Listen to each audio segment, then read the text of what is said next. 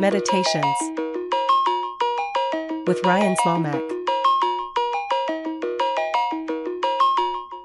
Welcome to episode 27 of Meditations. I'm your host, Ryan Zlomek, and this is a show all about making space for conversations just to see what we can learn from one another.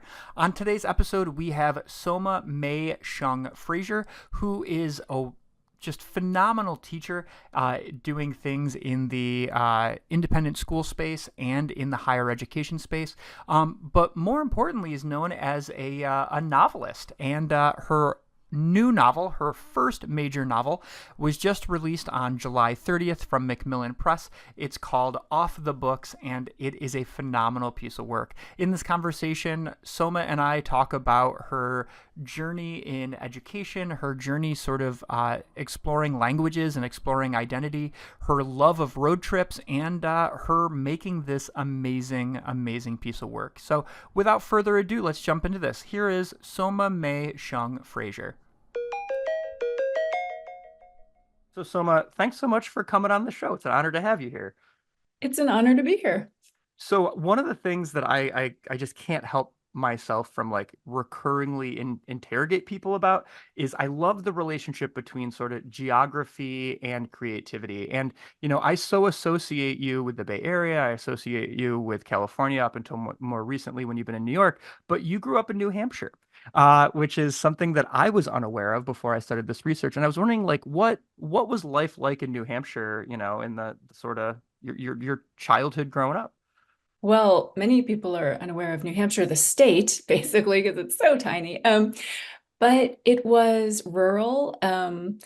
It was not at the time the best place for a mixed race kid to grow up. We did have people toilet papering our house and bashing our mailbox on Pearl Harbor Day, although we were not Japanese American.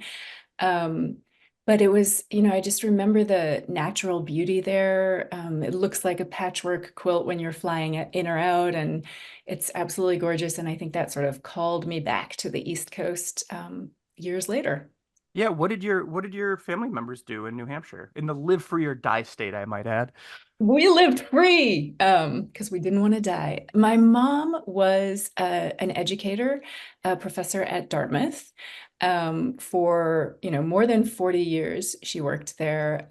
And my dad, he used to be long ago in military intelligence. He knows 18 dialects, knew 18 dialects of different languages. But he, you know, came back from those tours and he did not, or assignments, he did not work after that. So he was kind of a bum. So we had one income, and that ironically made it so that we could not afford to live in the town where Dartmouth was located, Hanover, New Hampshire. So we lived in the adjacent town. We started out in Hanover and moved quickly to the adjacent town, Lebanon, where we could, you know, find it a little more affordable. Fascinating. What did your mom teach at Dartmouth? All things Chinese. She was one of the first Chinese people that I think the folks at Dartmouth ever saw. So she founded their, you know, their program abroad, their study abroad program with Beishida, the Beijing Normal University. And she was, you know, sometimes over in Beijing, sometimes in New Hampshire. And then summers, she would also teach at Middlebury in the immersive language program there. Interesting. Yeah, but because she was so early, she sort of had her pick of courses. Like she taught, you know, women in China, Chinese film courses, various poets, you know, Chinese poets work. She could kind of have her pick. Oh, that's really cool. And then in regards to your dad's sort of, you know, like his ability to recall it and know and translate and communicate in 18 different dialects, like that also kind of transitioned into you. Like as soon as you got out of high school, didn't you do like an immersive Japanese program? Yeah, I did. You have done your homework, A plus. Yeah, I did. I grew up with my dad. You know, we'd be driving along and he'd be teaching me like Ekdo Jim Char Panch Chesarat Nodas. And I know that I'm way mispronouncing that because I learned how to count in, you know, like 1980 something from him, but he was always teaching me these little snippets of Russian and Hindi Urdu and Chinese. So when I got to middle school, my mom actually brought me with her to Middlebury, and I got to take part in some of the total immersion activities. I took some courses there. It was so much fun. And then at Pomona College, I became an Asian studies major and studied East Asian languages and literatures with a focus in Japanese, studied abroad in Japan for a while, studied at Middlebury, and folks would always ask, why don't you study Chinese? You are Chinese American. And I said, that's why I have so much access. I don't have that much access to Japanese. Oh, fascinating. Well, I was actually going to ask about, so you go to Pomona and you're studying, as you mentioned, like East Asian languages and literature. When did you sort of hone in on that as the place where you wanted to let your mind wander and moving all the way across the country to California at that point? I moved because, as I said, New Hampshire wasn't the ideal place for a biracial person at that time. And I kind of felt like I was fleeing New Hampshire. I also had this horrible relationship with my dad. So went to, California because it was kind of the farthest you could get from New Hampshire without leaving the country. And for the weather, love the weather in California. Um, so yeah, it was just kind of a plunge into new languages, new place, new everything. Okay, and when did that, you came back to New York for Sarah Lawrence for your MFA, right? But Yeah. like, but there's a fun little gap in between your time at Pomona and your MFA, and like, when did this sort of like creative writing bug really bite you?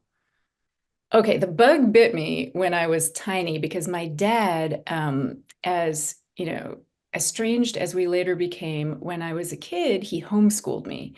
And he taught me to read when I was a baby. So at the age of 4, I was reading like Edgar Rice Burroughs' Tarzan series, some R. Buckminster Fuller, different things that other kids my age weren't reading. And I fell in love with the words in them.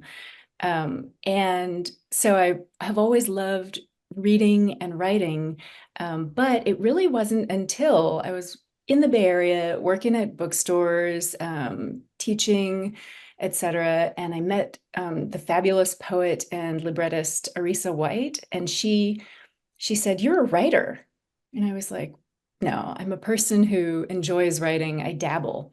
And then another friend of mine, Quinn Madison, also said, "No, you're a writer. You're a writer." So I somehow got it in my head that perhaps I could um, publish and publish widely. And I guess that's when I started to consider myself a writer. Was yeah, after graduate school, even when I was in the MFA program, my classmates were doing internships with publishing houses, intending to go into writing and the writing business. I interned at a prison where I taught writing, thinking of myself first as a teacher who was gaining skills for teaching. And so, yeah, it was a slow kind of bubbling up type of realization that I might be a writer, whatever that is. I can't help but pull on this thread, but like talk to us a little bit about like what it was like to teach at a prison, like to help these people, like understand language and the beauty of it. Um, well, it was both interesting and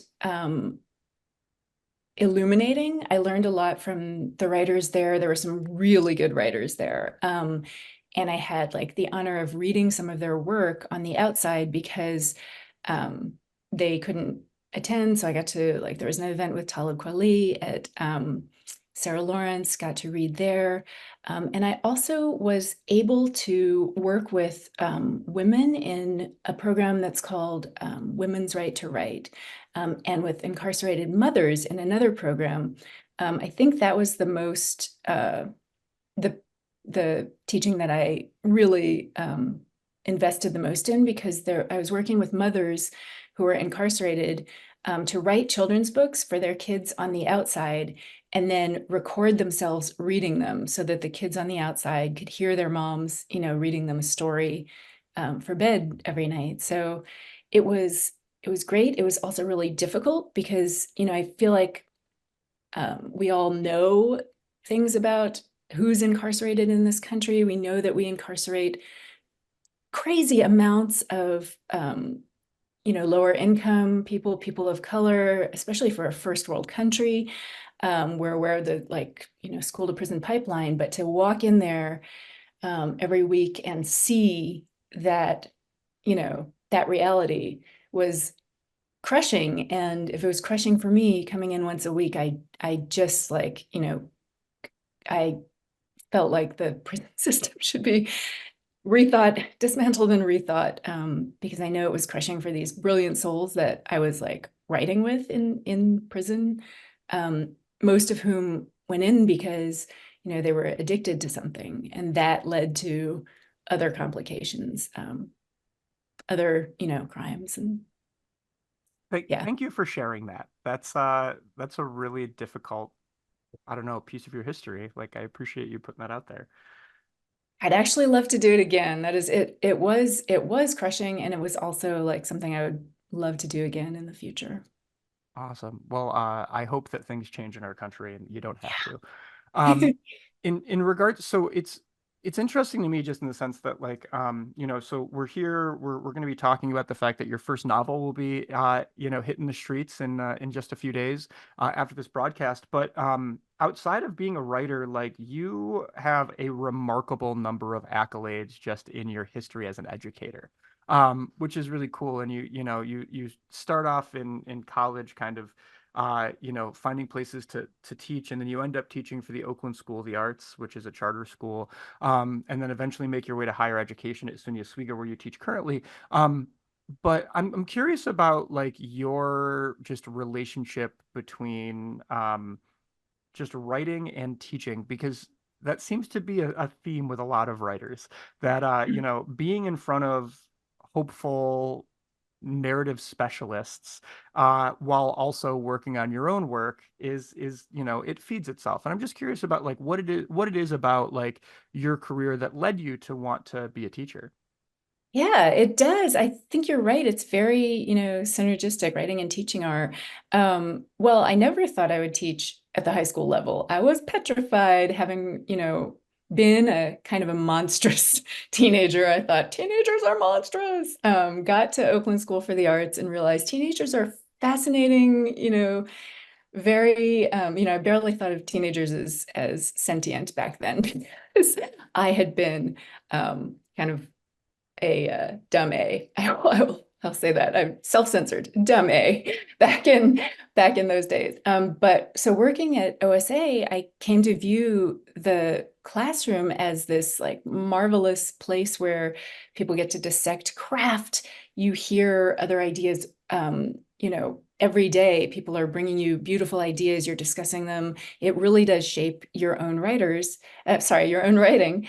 And I, take this novel, I wrote it in roughly 3-act structure because during the time that I was writing it, I was teaching screenwriting. And I thought, hey, why not make a movie that's very or a book that's very adaptable in case someone wants movie rights. So yeah, I think the two pursuits really feed one another. And also, I have to say, right now it's the summer. I am not teaching, and this is the time when I do my writing. So I think that for writers, that's very appealing. You have the opportunity to teach through the summer, but you can also just lock yourself into a house, as I do, and sit in an armchair all day until you're like, dang, my legs don't work anymore. I love it. What was the culture of Oakland School of the Arts like when you were there? It was electric. We started out in this fenced lot in the middle of downtown Oakland with trailers as classrooms. I was also fundraising for the school, so we created a one-to-one laptop initiative for students because there was a big gap between the access that our students had to technology and what we hoped they would have. There were a lot of arts fields that they were going into that had industry standard, software that they needed to learn, et cetera.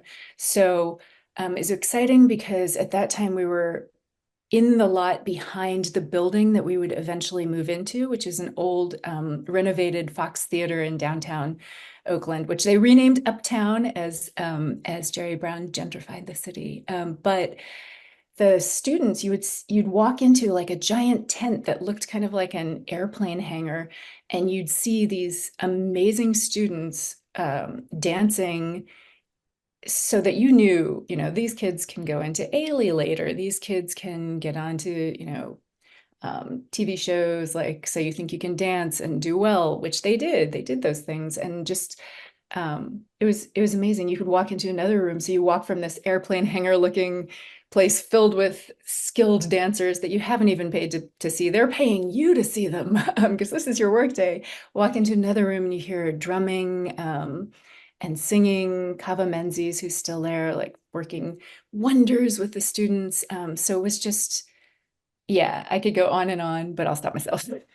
That sounds like an amazing culture just to like be in and just see that consistent, like you can do anything with minimal resources kind of approach to life.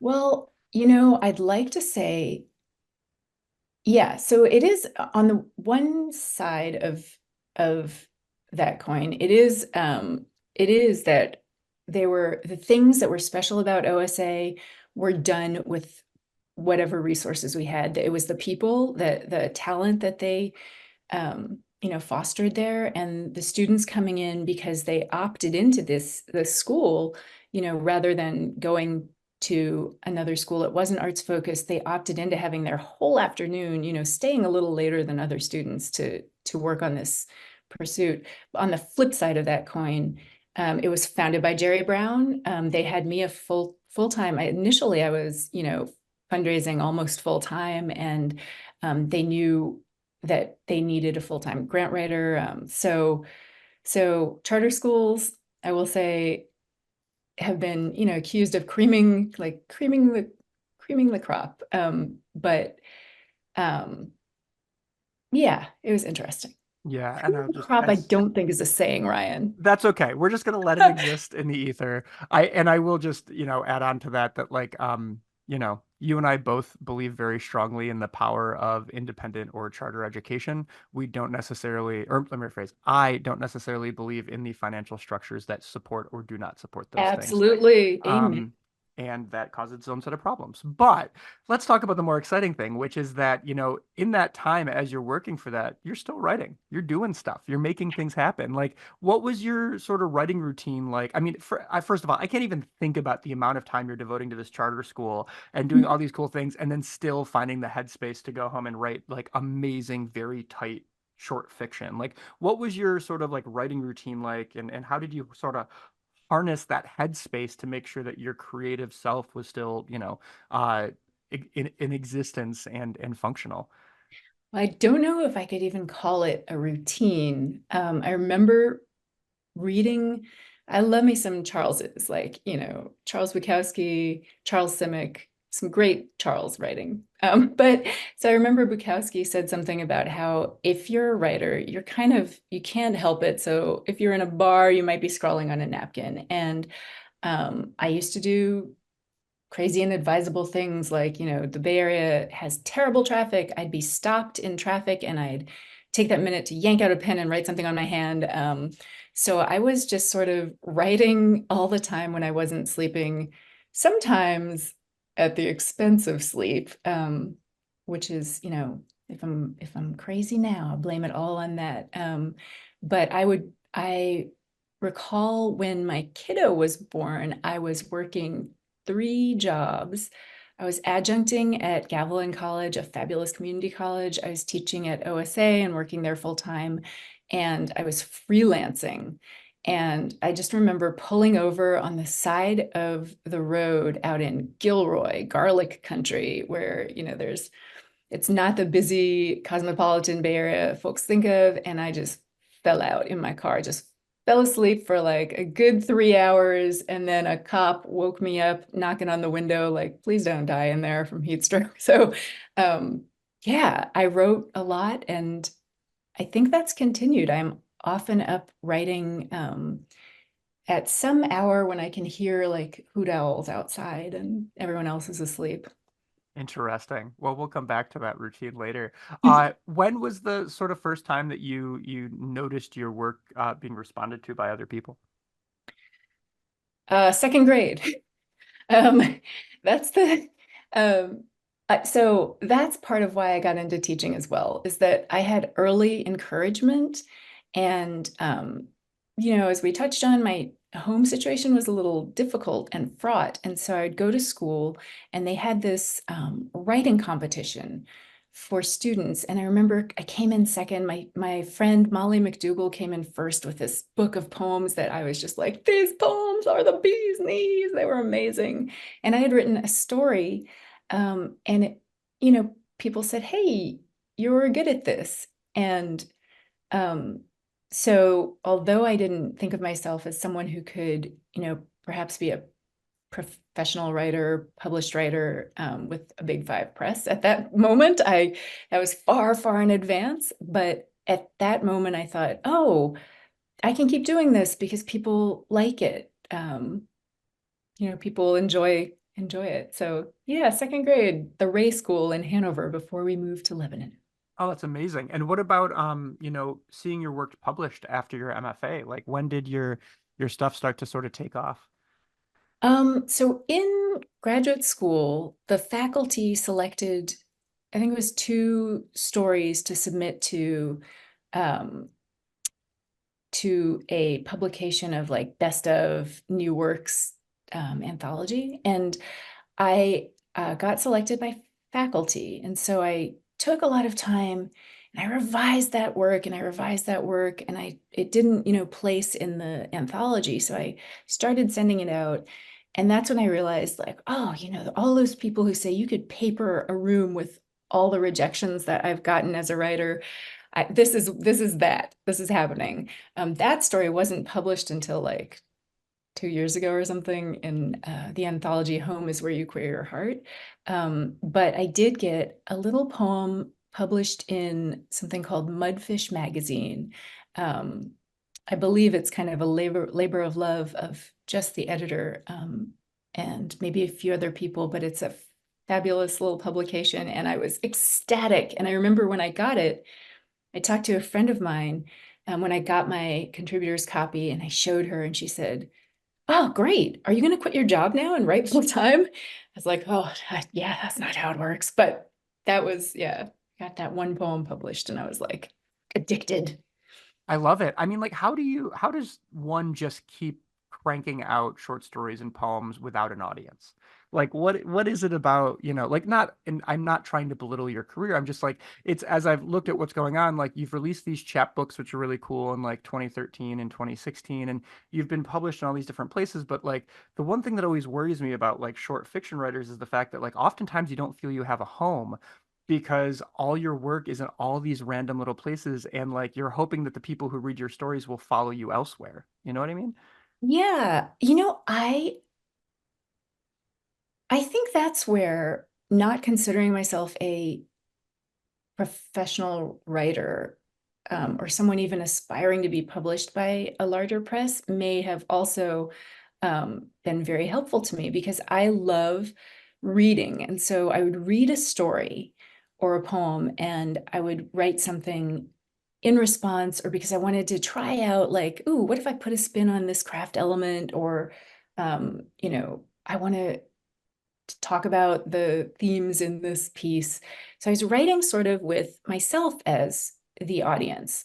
And I remember going to Sarah Lawrence, still not sure exactly why I was in this like expensive program I'd have to pay for, for the rest of my life. No, not really. They gave great financial aid. But I remember thinking like, I'm going to write these stories that are tricky and they don't spoon feed the reader. And I submitted something to a professor who read it and said, well, this isn't accessible. And I was like, but this theme, this symbolizes that. And I sort of explained it to her. And she said, I understand that. I'm a writing professor, Joan Silber, fabulous writer. And she said, but if you want other people to read your writing, you're going to have to make it somewhat accessible. Otherwise, why are you paying for this program? You might as well just, if you don't care about readers, go home and write, in your bedroom for yourself. And so at that point, I started to think about audience.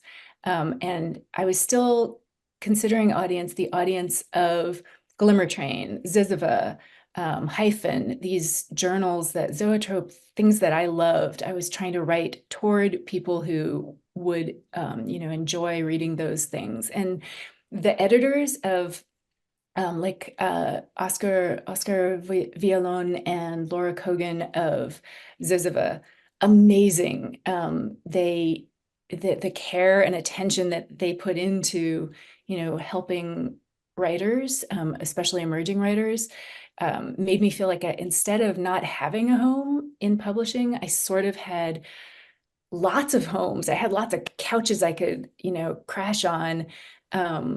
So I love indie presses, and they kept me going. And then it was actually quite daunting to think about writing a novel, because I thought, okay, I think I want to, write this book. This is probably like more suited to, I want to, have it read more widely. I talked to this agent who was at the time with WME. I think he's with Janklow and Nesbitt now, Kirby Kim. Fabulous guy. He queried me after seeing that I had won a Glimmer Train contest. So those contests really can help, starting out. And he didn't end up representing me because I was still figuring out how to write a novel. He was very patient and read many drafts. But he said, this novel, the novel that I sent him, is about a cause. It's clear that you're passionate about this cause, but if you want people to be aware of the issue that you're trying to shine a spotlight on, you cannot leave this you have to infuse your work with lightheartedness and humor. If you're writing for a commercial audience, you want this in Barnes and Noble so people understand the complex things that you're presenting. You've got to, make them palatable, which that clicked with what my professor in grad school had said. And I sort of figured out then how to write for a larger audience. Well, that just gave me the perfect segue to now talk about your new book, Off the Books, which is coming out at the end of July, so in just a couple days after this broadcast is released. I want to come back and talk more about your teaching, because I think you're doing some really interesting stuff there. But in regards to this writing, going from short form, I had the luxury before this interview to watch some videos of you reading pieces that you forced yourself to do, kind of microfiction of 150 words or less, to all of a sudden this 225-page novel. Those are very different things. And I'm curious about how, just even from, it sounds like you approached this with, there are ideas I want to explore. I want to make sure that I'm mindful of an audience, but how did your sort of even your working process change as you were deciding all right, I'm going to run a marathon. I'm going to make this book happen. Yeah. Well, I have never sat so long in that armchair listening to that hoot owl as once I began with long form work. So I think that short things like poems are the most distilled. Every word in a poem has to matter and hold its own. And in a novel, you're trying to create that same line level quality, but it's just going to take a lot more time. And when I began writing the novel, I was writing it as though I was writing a poem. I wrote a paragraph and I agonized over it, and I had to get all the words right, during the first draft. And it's like trying to take a painting, and rather than gritting it out or, painting somebody's creating the composition of the painting first, it's as though I were focused on one little part of the painting and painting over it and redoing it.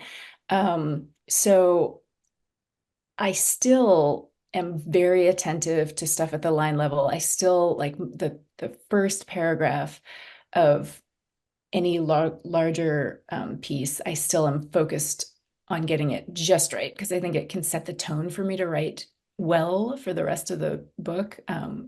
You know, well is so subjective, but it can set the tone for my line level writing.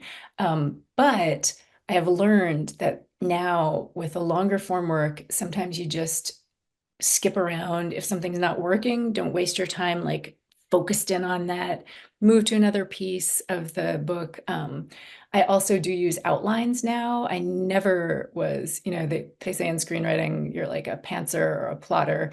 I used to fly by the seat of my pants, and now I plot everything out, just because that is a part of the writing too. I used to think of it as like a pre-writing thing, but that's now a part of my writing.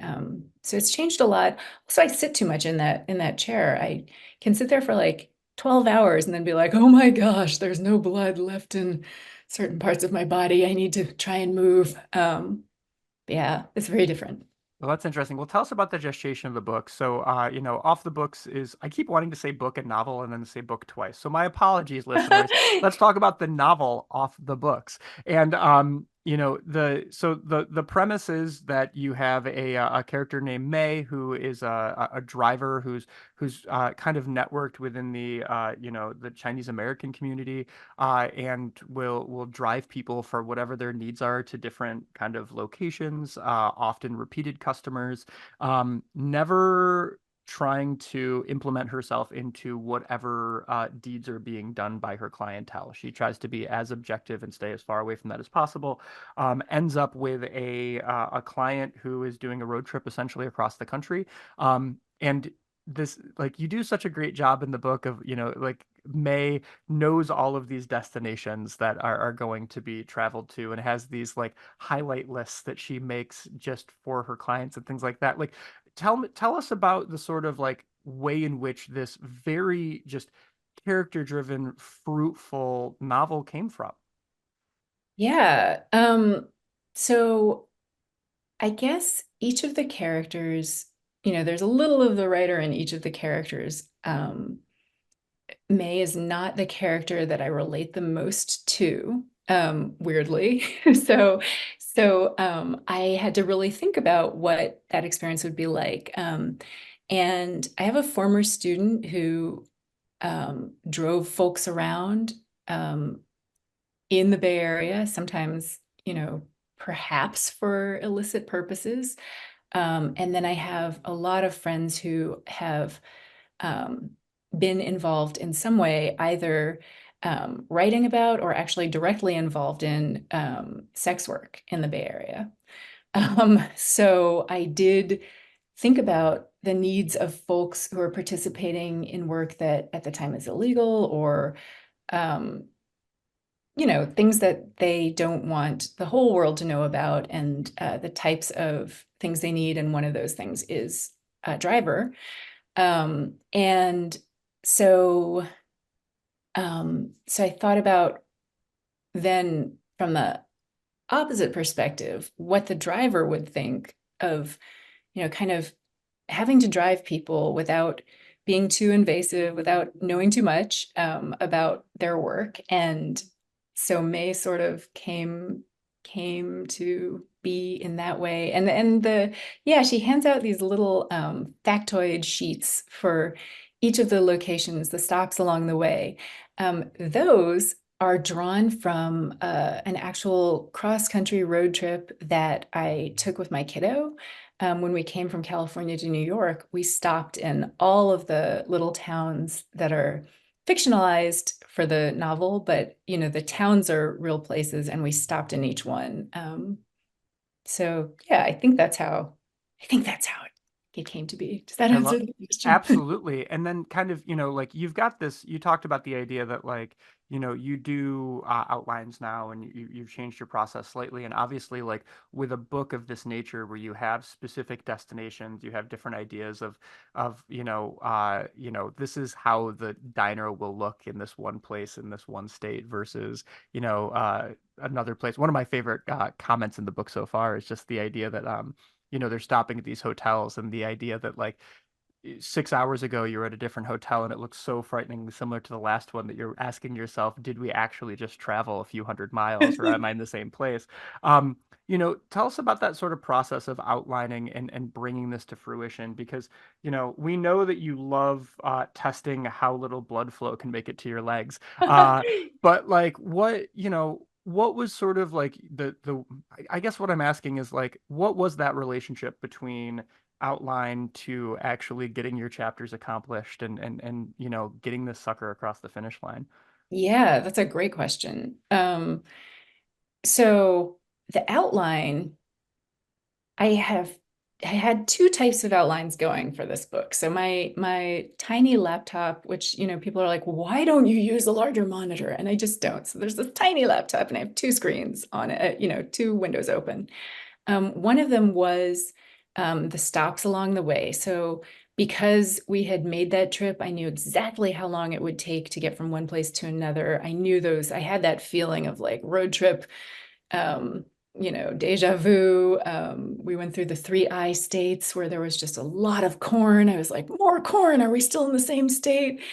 So that was up on half my screen to sort of ground me in where logistically the story was. And then in terms of plot and momentum, on the other side of my screen, I had an outline that basically borrows the eight sequence structure from screenwriting. So, you know, um, a lot of very smart people have mapped out like sort of the inflection points and what types of beats should be in a screenplay, right? So like the inciting incident and then, this, that, and the other. But basically, that structure just takes you from a hopeful moment to a low moment of uncertainty and to a high moment, to a low moment, to a high moment, to a low moment.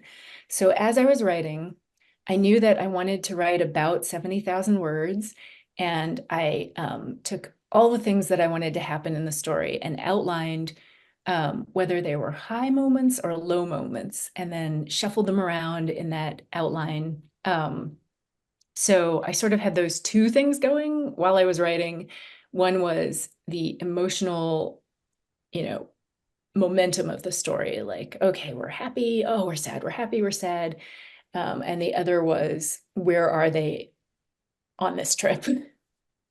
Interesting. And I want to just reiterate that, like, for those who are listening who are kind of unfamiliar with like three act structure or like, like moments of climax or whatever, like oftentimes there's like a belief in writing that or creativity of any form that like if you apply your craft to some sort of structure, like the soul of it is gone.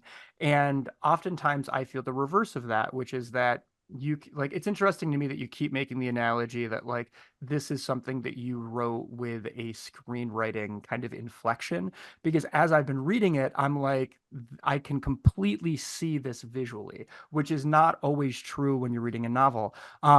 But to back just the point about the idea of like these structures that innately exist in creativity and in art forms, they only function well if you are a strong craftsperson and if you really have an understanding of character and how to get character on the page. And I like one of the things I've really appreciated about this read is that like I can kind of see where the next shots come in. I can kind of see like where we're going to end up, but I am so enamored with just like the playful edge of May and like, the ability inability of is it Henry, her like the person Yeah. she's transporting to like not give away too much information and to inevitably like put put a blockade up when he knows that he needs to create space. Like those structures only work when you can hone character. And you, my friend, have done such a great job of honing character. Oh, thank you so much. That part is the part that comes naturally to me because I am an ambivert, mostly introvert, and I just am fascinated by people. So when I'm writing a character, that character is as like clear as the light of day in my head. Um, but yeah, I agree. Like I remember when I was an undergrad, I took one creative writing course and I loved it so much I took it again. But Professor Robert Mezzi, and I remember he he said, you can play, he was talking about the structure of a sonnet and how it would be useful to learn that even if you never intended to write a sonnet. And then some people were like, well, I don't want my sonnet to be so sonnety. So they were, making kind of nonce forms or like making tweaks to their sonnets. And he said, look, you can play checkers with chess, but it's not chess. So, learn chess first. And it was so interesting because I do think structures are useful because sometimes once you give yourself some kind of constraint, then it allows you to be more open and free in the same way that like you take a kid's, finger painting and you put a beautiful frame around it and suddenly it looks like something you can comprehend. It looks like a work of art.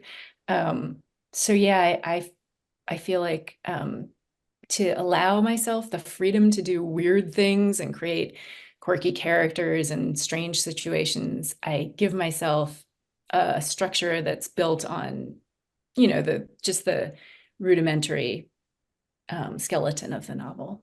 I love it. The other thing I wanted to ask you about too was that, well, I have two questions. We'll go to this one first, which is, what are the things that you do paragraph to paragraph in a way that I haven't seen successfully done with other writers? And I want to reemphasize, you have done this so masterfully, is from paragraph to paragraph, oftentimes we're in different timelines. Like you'll be, like there's just this beautiful thing about, and I'm somebody who loves spending time in a car. So like when you're driving long distances, like a lot of people who are just like stuck in the moment and they're like, oh, there's another sign, there's another exit. But for me, I get in a car and I am just like driving, and just that moment of flow state where all of a sudden I'm able to solve problems in my head, where I know when I like land at that next gas station, I'm going to be able to send 4 text messages that like solve 4 different problems that I wouldn't be able to get there. I'll be able to process a social engagement that I had that like maybe didn't go right, or maybe something that I'm anticipating. And in this story, you've done such a nice job of having May driving, but then also reflecting on her history of how she got into driving and her relationship with, her family members and, things like that, where kind of one sentence can be, we are in the right now. And then the next sentence can be, we're a certain number of years ago on a couch talking about like what could be with characters that are not physically present in our timeline. And I'm curious about like how you managed to balance that clarity for the reader while you were putting pen to paper. Well, it's interesting because, well, first of all, Ryan, I think we're both very American because I love being in my car too. But yeah, I think it's interesting is that aspect of the book is the one that I questioned the most. And Daniel Handler, Lemony Snicket, he's like a writer that I've worked with that I consider a friend, and he said something about reading reviews and yeah, basically how they can make you want to take a bottle of whiskey and lie down and just like drink yourself to death. But I couldn't help but look at the advance review copy reviews on Goodreads. And Goodreads is interesting because it classifies your book not by what the publisher necessarily tells them at first, but by what the readers or people who want to read it have most on their shelves, or at least that's how it was explained to me. So a lot of people picked up this book expecting like a thriller, which I think is fairly like a linear, they expected a more linear story or a mystery. And so as someone who loves literary stories and essays, braided essays, etc., I like things that experiment with like the character's interior world. As you said, you can be in your car. What's happening right now is you're driving down the highway, but what's happening for you is you've got this like whole other thing you're like, your mind is chewing on. So I tried to intersperse them chronologically, and then also with consideration to what was interior to the character and exterior, and sort of balance it. So we're in the now, and then and we're seeing like what's actually going on with the characters, and then we're in the past and seeing what they're thinking about. And that also helped me because I really wanted the book to be very personal, although it also touches on, some sort of global, very in the now issues like the Uyghur genocide in China. Well, you gave me another perfect segue, which is, another thing that I think you do really well in this book is that you implement so much like brilliant perspective about like the Chinese American experience, but then also just like give us this like amazing history and these amazing like just I don't know insights into these histories and these really well researched ideas that like we might not normally have. Like there's always just the inherent narrative where it's like, the Chinese were brought in to build railroads, and that's like the little blurb that's in a history book in an American education system. And then like you really dig into like what was the political landscape like at the time? How does one politician change his narrative to make it so that like we can now, make it look like we're empowering Chinese individuals to work on this railroad, as opposed to excluding them and trying to take this sort of xenophobic like approach to things. Like, I'm curious about what your actual research process was, to determine what type of information you wanted to add into the novel, and then how you chose to disperse it, because I think it's done in just a very nice sprinkling manner. Thank you so much. Yeah, I actually had someone in the industry tell me, I love the factoids in your stories. So, which is a word you used earlier, and so that makes me feel good because I was like, I must use factoids, because uh, I was trying to write a personal story, but honestly, well, real quickly, a lot of listeners may not be familiar with what's happening in China with the Uyghur population. The Uyghurs are an ethnic minority, and they, the estimate, I think it was Human Rights Watch that estimated about 1.3 million folks have been, ethnic minorities, many of them Uyghurs, have been detained in China.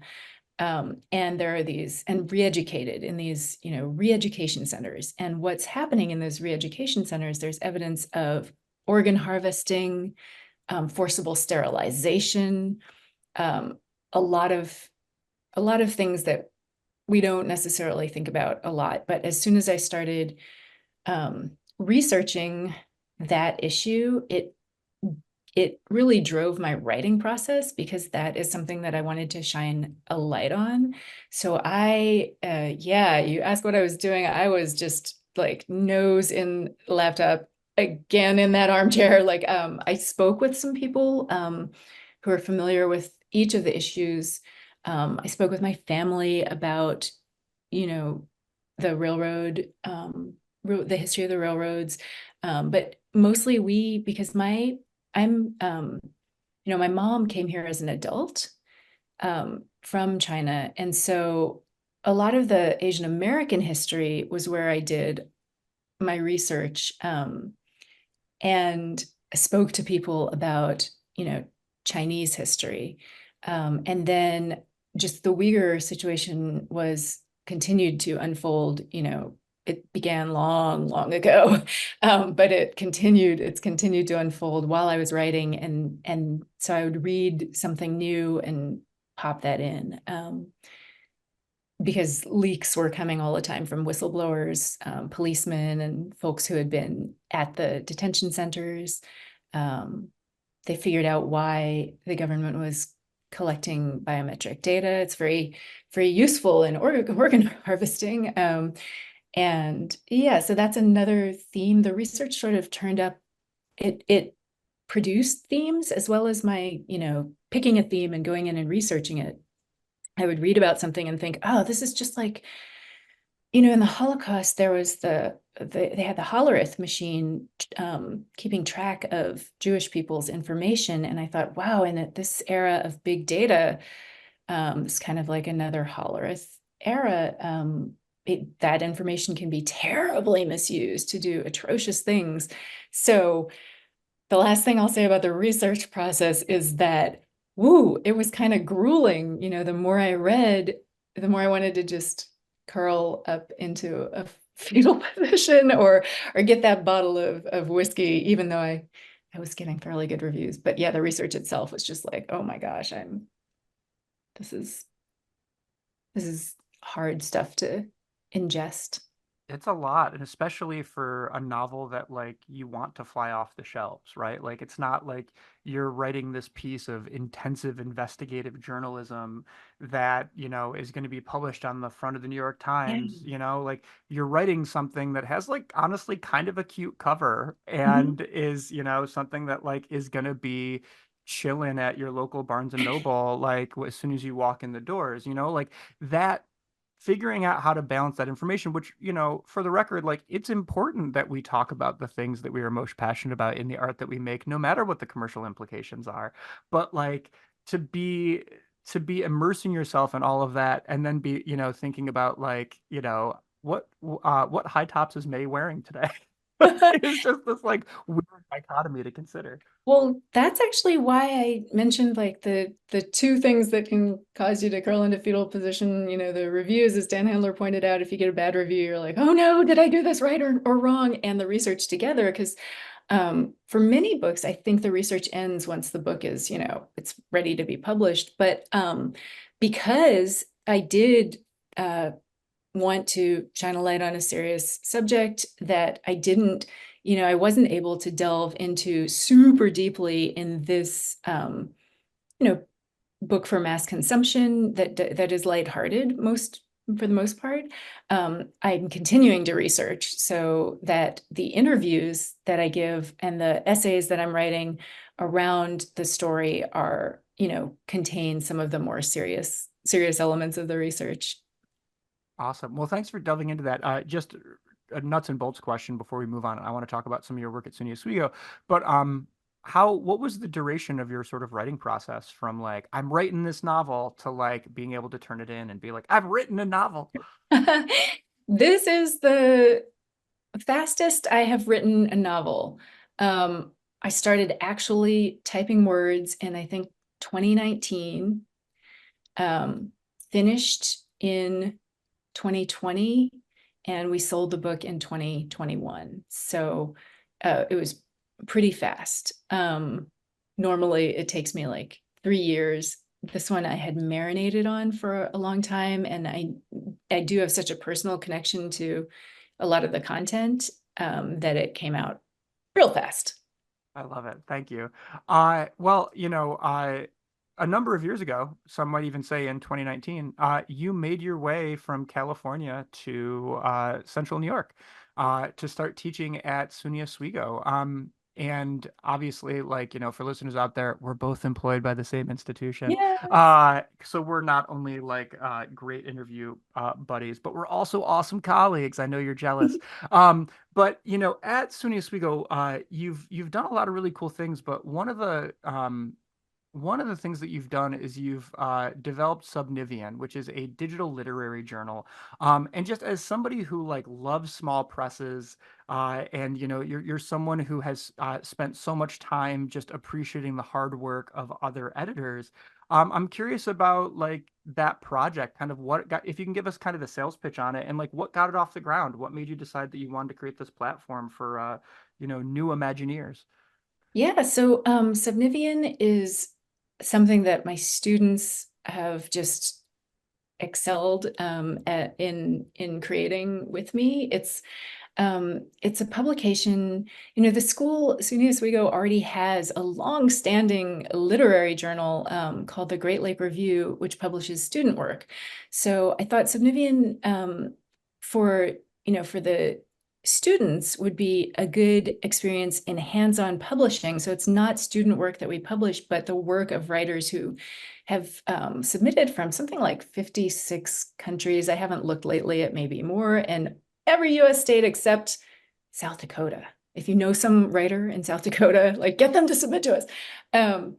But yeah, we publish voices from, I think the last issue we had someone from Zimbabwe, maybe Singapore, India, and South Africa. I might be getting my issues confused.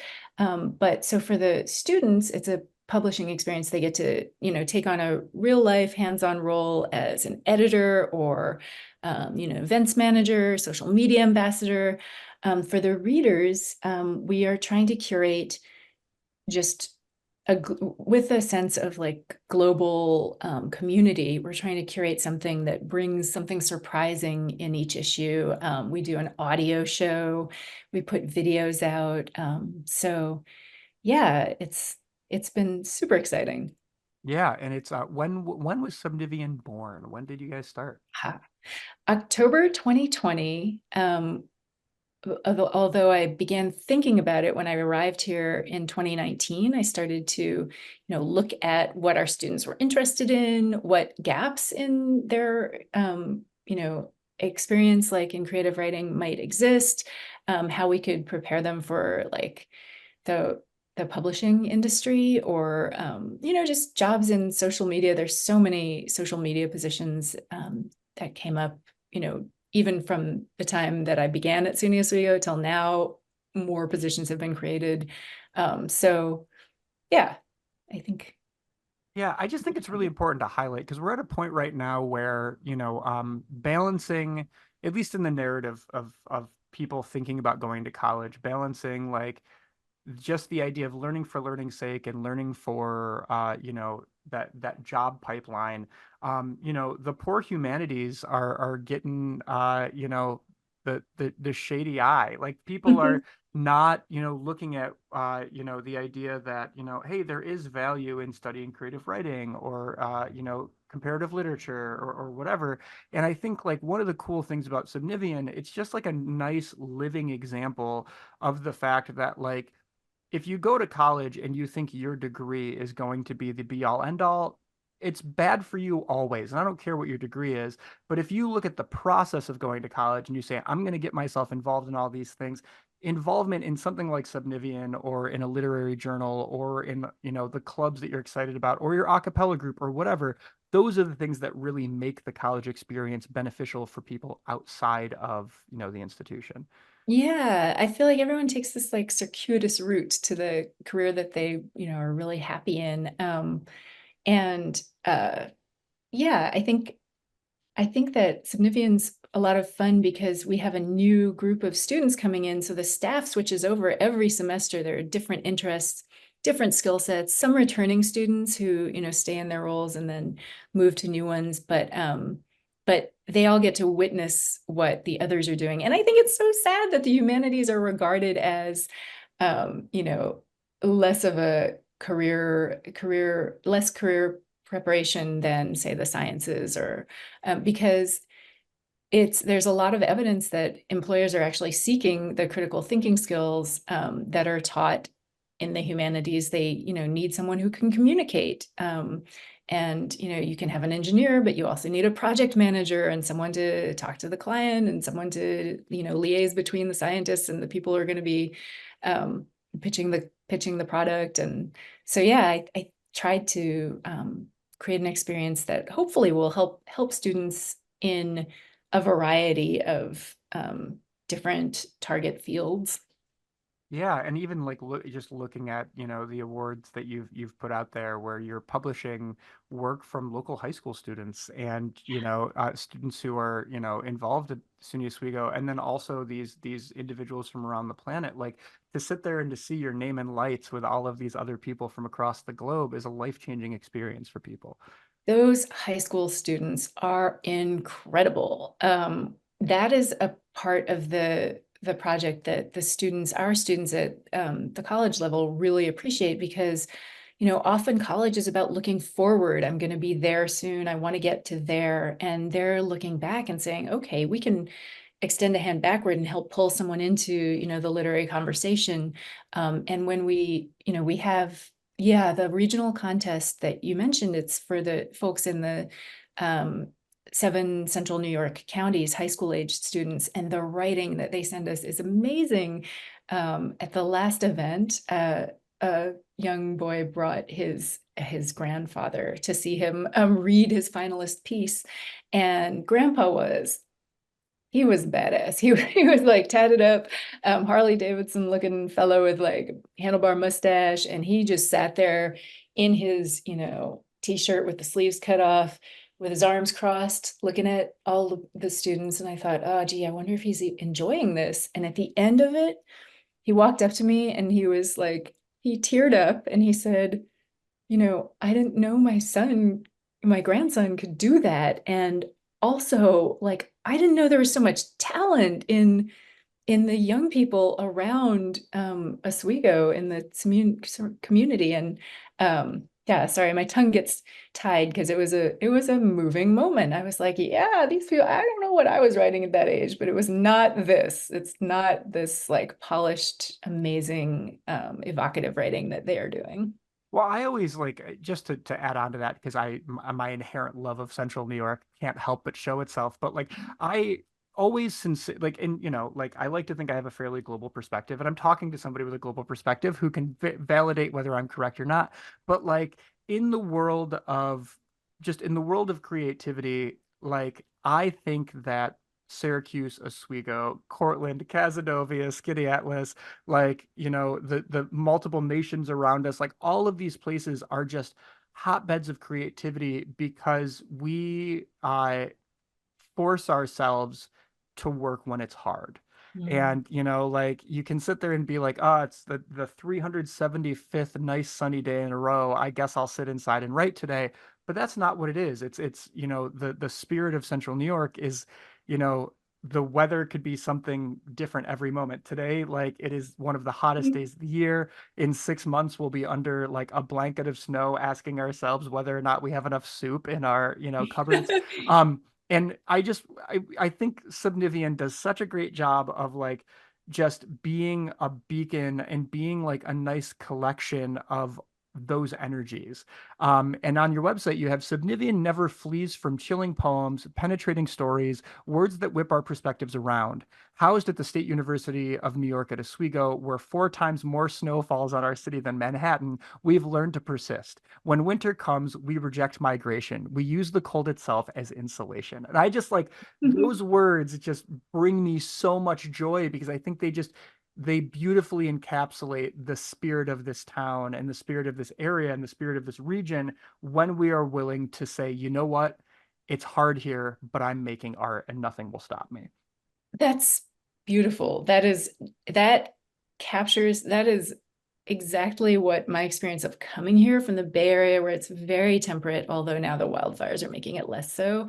To a place where I Googled Oswego before, even coming on the job interview. I saw, snowbanks that looked to be about 12 feet high. And I thought, what is this place? And I got here and it is, subnivean means sub, under, nivean, snow related, right? So it's the layer under the snow where all these animals can thrive in the winter. And man, the people here are tough and creative. And yeah, I completely agree. Hats off to Central New York. Awesome. Well, one last question for me before we kind of move forward, which is I want to talk about the opening of your book. And when I say the opening of your book, you have one sentence which just makes my heart melt, which is to Adrian and Burgess, the two sunlit stories of the structure I call home. And, I have the luxury of knowing you and your family and the way in which you and your kiddo, have collaborated on screenplays and just the inherent energy that Burgess has. But I was curious if you could talk a little bit about the structure of home and how that has helped influence you as a creator and as a novelist. I'm gonna tell Burgess what you said about his energy. That's yes. So I have to feel safe in order to write things that don't feel safe. I think, even to think about things that don't feel safe, we need like some measure of safety, which is probably why, well, that and the pay structure for writing, probably why oftentimes people think of it as like something historically that folks with money have been able to do. And for me, I am able to write when I have an amazing, beautiful place to write in so that I can forget everything else. Like coming from, I've fled New Hampshire, lived in cities ever since. And so coming from an urban adulthood. I am used to like kind of always being a little bit on edge. Who's behind me? Where's my phone? Is it like far from me, etc. And my family, the kiddo who once was very fortunate to be one of your students and was like, what? You're talking to Mr. Z today? Can I come? I'm like, no, I get him all to myself today. But the kiddo and the husband, they are my home and my safety. They make me feel like it's okay because there's a lot of failure involved in writing a novel. You're like, I wrote 20 pages that they've got to be scrapped. It's okay for me to fail elsewhere because I feel like, at home, the home that we've built is a sturdy place. So yeah. Oh, Ryan, are you going to make me cry on this podcast? But yeah, I adore my family. It was just such a nice accolade at the beginning, and to open that book and just be with those words for a moment. Oh. I don't know. I could feel, sometimes you read dedications in a novel and you're like, oh, cool. Did ChatGPT write this? And this was just, I don't know. I thought such a beautiful introduction to a very personal novel. Thank you. Some before I let you go, is there anything that we have not covered that you'd like to make some space for and make some time for? I would want to ask you all about pinball and all the things. So, I think I'll have to save all the things that I want to ask you about for lunch, because otherwise it's going to be about Ryan Zlomek and your amazing projects. We'll have that as a future episode. I'm sure just the world Yes. needs that. Yes, the world does, dude. The world Well, does. I appreciate that. So, Soma, for people who are interested in your work, obviously, I want to just say anybody who has enjoyed this conversation and is intrigued, go to your local bookstore, go online. You can find Off the Books by Soma Mei Sheng Frazier very easily. It releases on July 30th. And just speaking for Soma, because I don't know if she'll be as upfront, buying the book early is beneficial to ensuring that there are more books. And I can validate that your money will be well spent. This is a phenomenal novel. But other than going and buying your book, how do people follow you? How should people find you online? I am at somafrazier.com. It's SOMAFRAZIER.com. And I'm also on Facebook because, I'm not a boomer, but mentally, I am mentally. And I just started an Instagram page. So I think that they are all Soma Mei Sheng. Yeah. Or if you find the website, you will find other things. Absolutely. And all of this will be in the show notes as well to be able to find Soma. So Soma, this was a colorful and wonderful conversation. Thanks so much for being here. Thank you. I really hope you enjoyed that chit chat with Soma. What a just dynamite person. Just a great human. Phenomenal insight, and I can't tell you how much I have learned from reading her novel. So if you are looking for something to check out, something that will give you little Snapple facts along the way, I strongly encourage checking out Off the Books from Macmillan Press. Came out right before this podcast dropped, so you should be able to find it. And if you like it, please go and give it a review. It will really help Soma just get the word out and be able to make more phenomenal work. Moving forward, on August 14th, Greg Bennick will be on the show. And for you punk and hardcore kids out there, Greg was the lead singer of a band called Trial. But more importantly, he's also an entertainer, a juggler, a professional keynote speaker, a spoken word enthusiast, and most recently, a writer as well. He has a new book coming out that we're going to talk about. But more important, we're going to sort of get his perspective on what it means to create dialogue in spaces, how to empower people, and just how to recognize how to grow your own talents. It's going to be a really fun conversation. So please tune in to Meditations with Ryan Zlomek on August 14th. And if you're just dying for more insight, dying for more dialogue, check out the back catalog of Meditations. We have 26 other episodes with stop motion animators and inventors and game designers and entrepreneurs, business coaches, everything in between that will hopefully get you excited.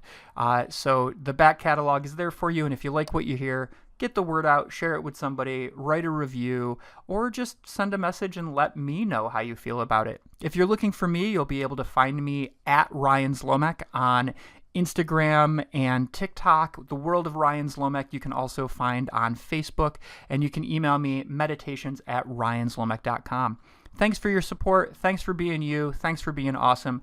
Go make the world a better place. I dare ya. And don't forget to make space for conversations, because you just might learn something. Have an amazing day.